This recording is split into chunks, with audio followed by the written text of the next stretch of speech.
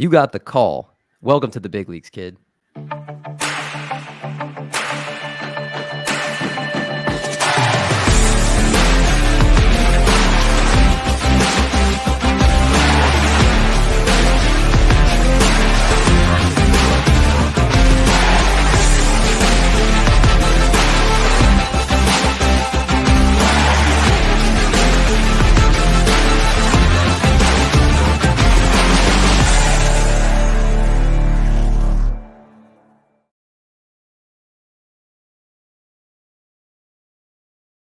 What's going on, everyone? Welcome back to the Call Up presented by Triple Play Fantasy. We've got a fun, exciting episode tonight with a very fun topic. But first, I got to talk to my normal weekly co-host, Michael Richards. How's it going, man? Going great, Mendy. Glad to be back for another week. Always love talking prospects with you. We actually brought in a third co-host here, one of our former guests. We had a great time with him, and we're very happy to have him here, and I'll let you introduce him. Yeah, for those listening to the podcast, you guys can't see him. Those on YouTube, you can. This was a guy that when he came on the show, I believe it was like maybe a month or two ago, one of the best prospect minds and overall people we had on the show. He has a Discord. You know him as Down on the Farm 8 on Twitter. This guy is whether it's baseball cards, whether it's prospects, he even does fantasy football. But he is now our third co-host here every week on the call. It is my man, Vinny. How's it going, man? It's going good. It's an honor to be here. I like to be a part of this crew. We're going to have a nice little run here, guys. That's right. Again, Mike, every single week's been given hard-hitting analysis, and now having you both here, there's a force to be reckoned with in terms of prospect knowledge. So I'm excited, especially with this episode, because we are talking dynasty sleepers, prospect dynasty sleepers, and guys that maybe are outside the top 150, but could be very relevant for your fantasy teams down the road. So we dug deep. Shout out to Vinny for this idea for a show concept here. Already making waves with his first idea for the show his first week. So without further ado, let's get to the list here. And let's kick things off. And with Josue De Paula, I hope I said that right because I felt pretty confident, Vinny. Is that how you say his name? Yeah, it's Josue. Josue De Paula, outfielder in the Los Angeles Dodgers organization. He's 17 years of age. And in 223 plate appearances last year, hit over 340, had 5 homers, 30 RBIs, and 16 steals with the K to walk, almost 1-to-1 here. What should we know about Josue De Paula? De Paula really broke out this year in the Dominican Summer League. 17 years old. He's a big framed outfielder with a big bat. He's already showing that he has very good power. With that, his body and projection, I think going forward, he's already started giving off vibes of, O'Neal Cruz. He looks very similar to Ellie De La Cruz, just a big, tall, lanky, left-handed batter. Plus, out of nowhere, he has like sneaky speed, probably 25 bags a year type of speed. He walks very well. He controls the zone very well. His plate discipline and his approach to the plate is very mature for a 17-year-old. So I think we are on the cusp of a big sleeper here, and the Dodgers are always turning out big prospects. I mean, I got excited when you said O'Neal Cruz and Ellie De La Cruz as potential comparisons for this kid. Those are athletes. Those are guys that can hit the ball extremely hard. Those are just guys that right now the prospect world is drooling over for when obviously O'Neal Cruz is already in the big leagues, but Ellie De La Cruz, I think, was potentially the biggest riser last year in prospect rankings. And to have a kid like Josue De Paula mentioned in that same type of ilk as those guys has me really excited to look at him in any of the dynasty leagues I have if he's available. But very excited. He could be a few years away. No, just potential making an impact. Yeah, impactful wise, if we're going by a timeline, he spent this year in the Dominican Summer League at 17. I would think if the Dodgers are going to progress him on a standard track next year at age 18, he'll be playing in the Arizona Complex League and probably get a late promotion to low A, probably around August, September-ish. But if we were to put him on a trajectory, and if he does break out and have an insane 2023, we could maybe see him in high A in August, and then that's September, which would put him in a 3 to 4 year track for big league promotion. Keep an eye on Josue De Paula of the Los Angeles Dodgers. Mike, your first player on this list is Carlos Jorge, a middle infielder for the Cincinnati Reds, another prospect for the Cincinnati Reds who seem like they have just them everywhere at this point. 154 at bats last year, 261 average, 21 RBIs, 27 steals, K rate a little high at 26.6%, but overall just a very balanced line. What are your thoughts on Carlos Jorge and his potential of making an impact? He is 19 years old, so he is very young. Yeah, that's a common theme with all these players. You know, these are players, like you said, outside the top 150 that are young. You know, in one off year for any of these players essentially puts them back on the pile with a lot of other players. But we've got to kind of target these players early because, you know, as we saw with like a Jaison Chourio last year, he was in the Dominican Summer League and now he's a top 10 prospect. But Carlos Jorge, I've liked him going back to the Dominican Summer League. He has scouting grades of a plus hit tool with plus speed. Now his power is graded as a 35 grade raw power, which I completely disagree with. He has an over 200 ISO in both levels, and his 261 average is low. This year he hit 346 last year, and a lot of his underlying metrics and numbers look the same. This guy's a legitimate speed threat. I think he's going to get into power. I think he's got a plus hit tool, as it says. So if you can get a guy like that at middle infield in an offensive environment like Cincinnati, this is a guy that I want on all my teams in deep dynasty leagues right now. Now, there are between Ellie De La Cruz, Noelvi Marte, you have Edwin Arroyo, Matt McLean. There are so many middle infielder prospects for the Reds here. Do you think he's able to play other positions? Because it seems like there's a huge logjam in terms of guys that play his position. Yeah, I mean, I think his athleticism would allow him to move to different positions down the road. But like with all these guys we're talking about, they're several years away from being mainstays in the majors. So I think that sort of stuff kind of will play itself out. All right, fair enough. Let's go to Vinny's next player, Nelson Rada, outfielder for the Los Angeles Angels, 18 years of age, a 311, 446, 439 slash, 26 RBIs, 27 steals, a very good K rate. He actually finished the year in A-ball for the Angels, and a team that needs players badly, obviously pitching a little bit more, but I think they need as much young talent as they can get at this point. So, Vinny, Nelson Rada, what should we know about him? I'm going to go on the record here. Out of all the players that I have on this list tonight, I am the most confident in Rada. He really broke on to the scene this year in the Dominican Summer League. He just absolutely was just killing baseballs, just doubles. You know, he started showing off a little power. He has a big potential in the speed category. Maybe we see a 30, 35 stolen bases next level. He could play anywhere in the outfield, I think, but as he matures and fills out his body, he's probably limited to a corner outfielder spot, which that's okay with me. I'll take every single offensive category he has, plus the steals over his defensive prowess. He walks and strikes out a decent amount. It's good blend. I like that.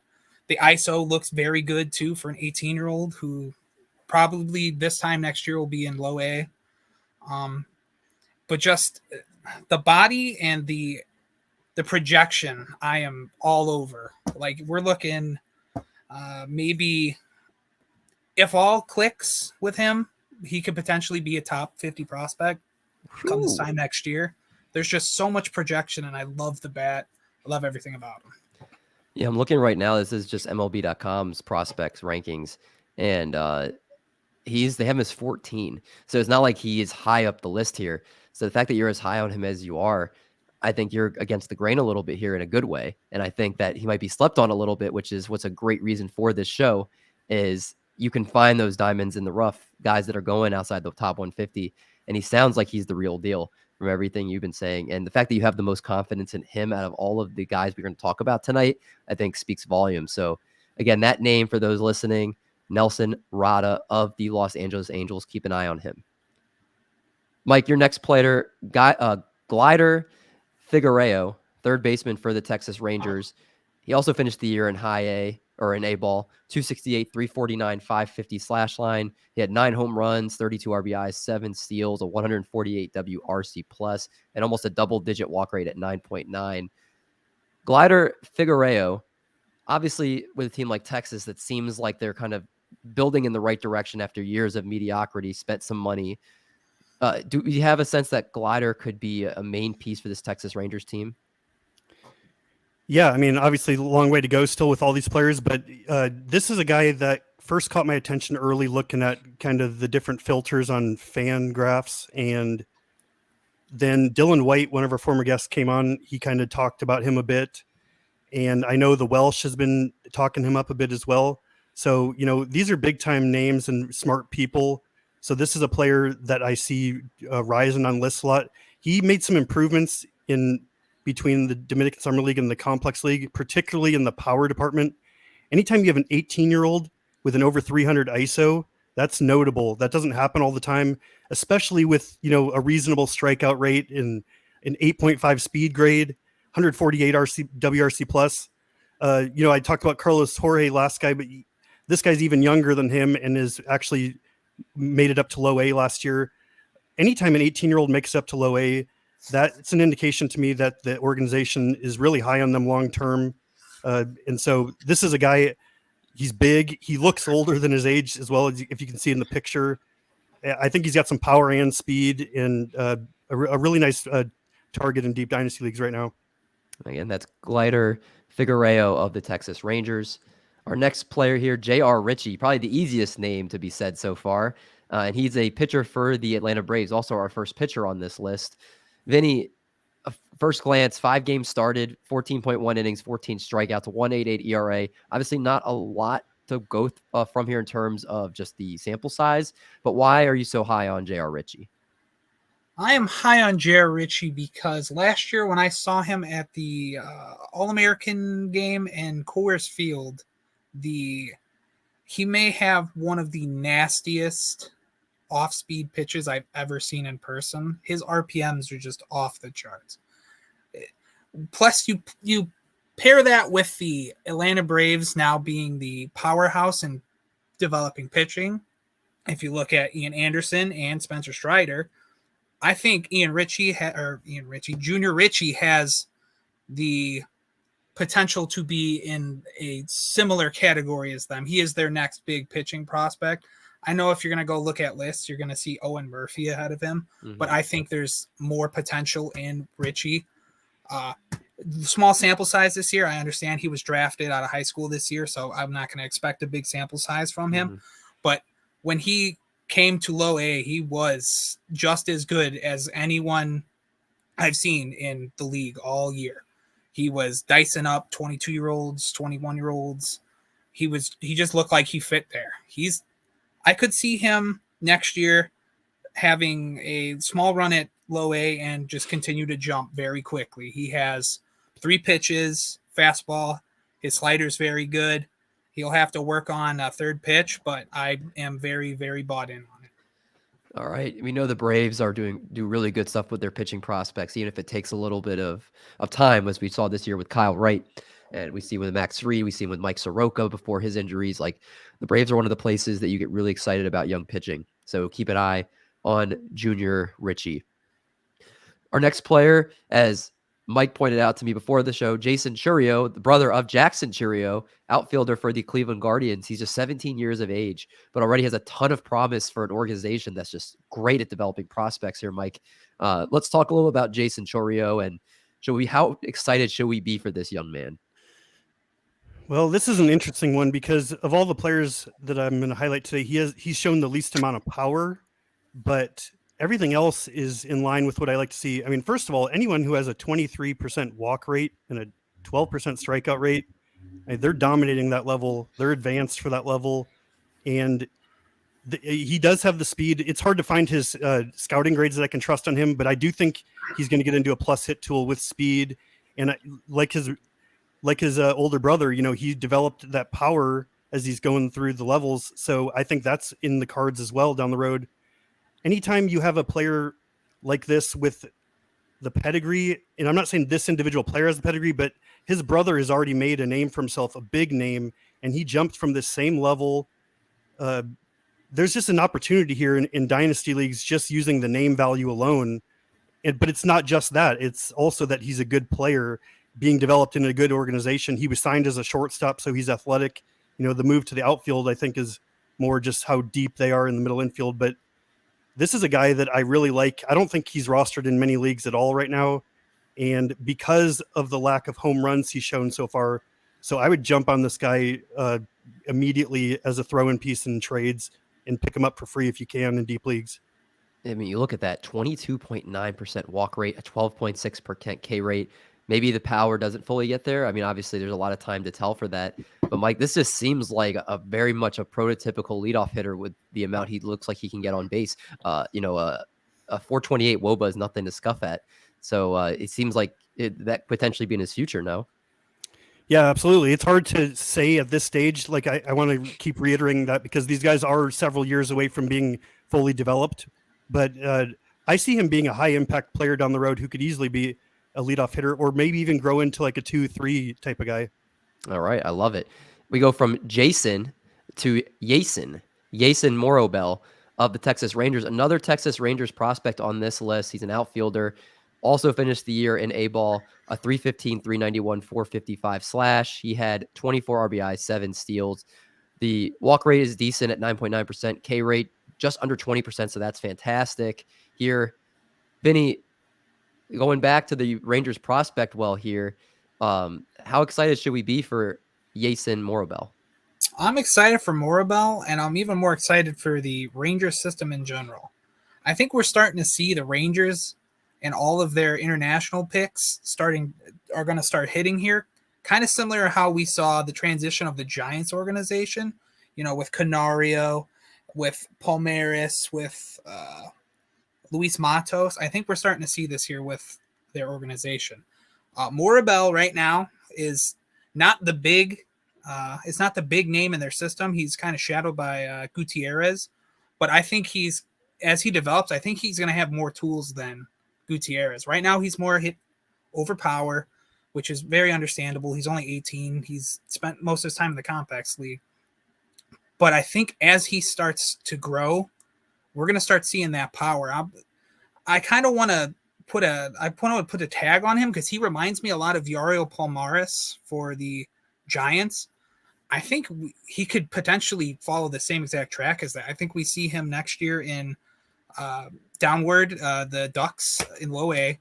I think we see him, and I think we start seeing the power and the contact just start to blend perfectly. But out of all of the Rangers international signees of the past couple of years, this is the one that I want. I want as much as I can get of Morrobel. That's right. Stamping your name to him, Vinny, a guy that I'm sure many people haven't been aware of. But the fact that in a loaded Rangers system, Jack Flaherty, obviously one of the headlines in that system. Or I say Jack Flaherty. I'm sorry. Jack Gleider. Jack Gleider. Thank you. I got my Jacks mixed up. But yeah, that's a very bold statement to say he's one of your favorite guys here. And again, I'm learning about you is that when you have your guys, you're putting your stamp to them, which I love. And so make sure you keep an eye on Yeison Morrobel. Let's talk about Yasser Mercedes, an outfielder in the Minnesota Twins organization. Again, also not a guy that hit for a lot of power last season, just 4 home runs, but hit for a 355 average and stole 30 bases, which is the highest amount of steals we've had on this list so far. The walking K rate is fantastic. And I feel like, Mike, this is one of the ones, I know that's the point of this show, but I'm pretty plugged into the Twins, and I'm not even very familiar with this kid. So why don't you talk to me and talk to our audience about Yasser Mercedes? Yeah, Yasser Mercedes is someone that caught my eye early in the season, and I just haven't seen him talked about a lot.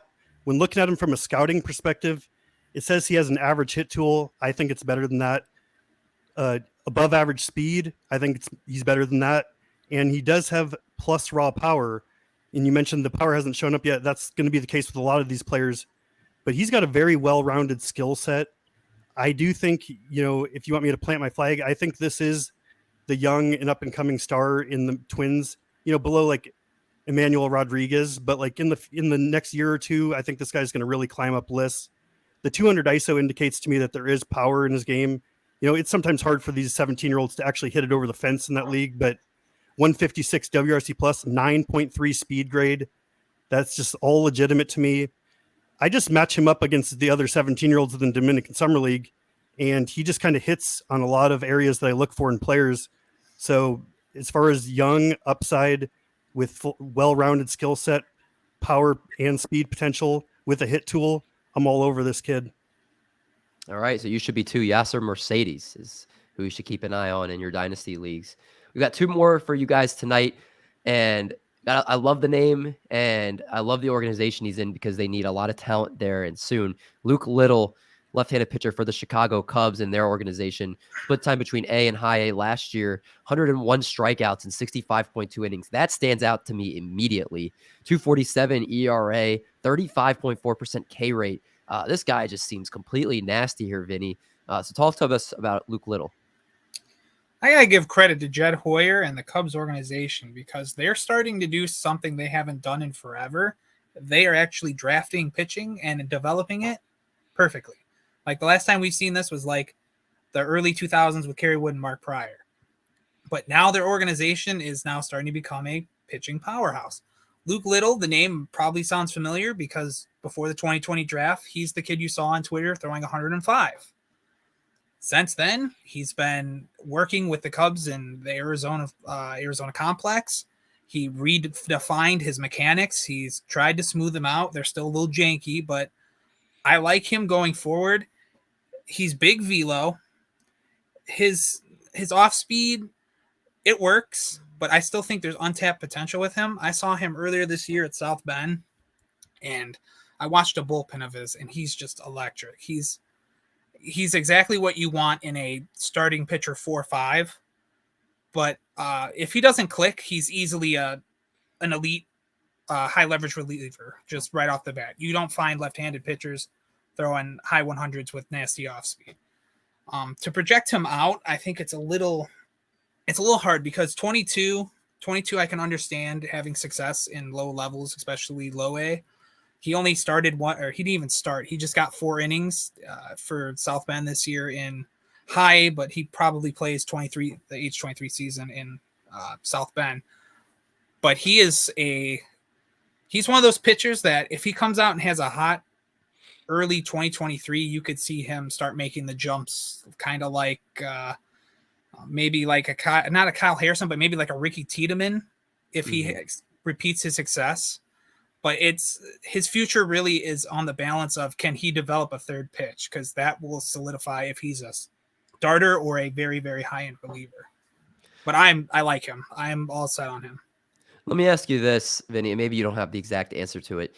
At what point in a prospect's development are you concerned that they're never going to develop a third pitch? That like if they get to a certain point and they haven't worked on one consistently, they are like, I don't know if I see it happening to a point where they're going to be effective. I want to say if you get to AA and you're still working on a third pitch, more than likely you're probably going to be a reliever. You're going to start seeing them probably start less games and start coming in more like towards the 3rd, 4th inning for like their 4-inning run. When you start seeing pitchers not get games started and start getting like the 3-inning run or the 4-inning run from like, I don't know, like the 5th to the 8th or 5th to the 9th, like that's when the telltale red alarm should be going off. This guy's a reliever. But Luke Little, it's so hard because he's shown that he can be a starting pitcher, but it's against the lower competition, which is it's like a 50-50. I got to see more though, but I like what I see so far. All right, Luke Little, we're excited to see him this coming season, what he can do for the Chicago Cubs. Our last guy tonight, somebody in an organization, again, that has prospects just develop left and right, the St. Louis Cardinals, and the prospect is Jonathan Mejia, 17 years of age, and they get 208 at-bats last season, a 267, 418, 479 slash, 5 homers, 3 steals, 15.9% walk rate's pretty good, 145 WRC plus here. All right, Mike, stage is yours. Let's talk about your last player here tonight in Jonathan Mejia. What should we know? Well, I will say first, his stats don't jump off the page quite as much as some of the other players. I don't think he has the plus speed as some of these other guys, but I do think he stands out in the hit tool category. when he was signed, he was one of the few guys with projected for a plus tool in that class. And I don't know if we've seen the full extent of that. I mean, the 16% walk rate is a good indication, but he's going to get into more power. 212 ISO is quality, 145 WRC plus, like you said. And this is more of a feel than anything statistically. This is just a guy that I've kind of been attracted to since I started looking at this class. And I'm not sure that he has the huge upside or the superstar type upside because the speed's going to not be there. But I do think this is going to be a guy who's going to have a good hit tool, get into power, and be a premium prospect for the Cardinals down the road. Another long-term guy. But I do think he's going to be cheaper and not ranked as high as these other players because of the lack of notable speed. All right. Well, again, that's kind of the time, like we talked about here. People are out on him right now because of the lack of speed, and his statistics aren't overwhelming, like you said, but there's always room for growth, as with many of these guys, and they could take a huge leap forward this coming season, or they could take a step back, like I know one of you guys mentioned too. But the point is, we wanted to get you guys 10 names outside the top 150 of prospect lists that could be huge sleepers for your Dynasty baseball leagues here. Vinny, we're going to close out the show, but please tell everybody on your first show here as official co-host where they can find you on Twitter and about your Discord as well.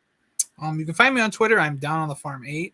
I did find out recently, some of my followers are telling me there is another Down on the Farm, but I am Down on the Farm 8. Discord, if you guys want in the Discord, it's 100% free. Come join. We're going to be starting our yearly end of season prospect mock drafts pretty soon, so you can get on that. If you guys have any questions, my DMs are always open. I'm always free to talk baseball. All right, and we're looking forward to having him as our third co-host now going forward. Great first show, Vinny. I think as educated, you educated our audience as much as it's ever been. So really looking forward to more shows with you down the road. And Mike, you are steady as they come. Another great show from you. Thank you so much. And anything that the audience should know before we sign off for the night? No, not particularly. I just wanted to thank everyone who's stuck with us. I know it can be tough to follow the stuff after a long grind of a season, but we're trying to get an early start and help people, that want to jump into those early leagues and make trades and stuff. So we just appreciate everyone who's followed us and is sharing our content on Twitter and stuff like that. Yeah, it's fantastic. And our goal is to become your most trusted source for prospect information. And I think we're well on our way to be doing that. But for Vinny, for Mike, I'm David. We're going to sign off for this week, but we'll talk to y'all in the next one.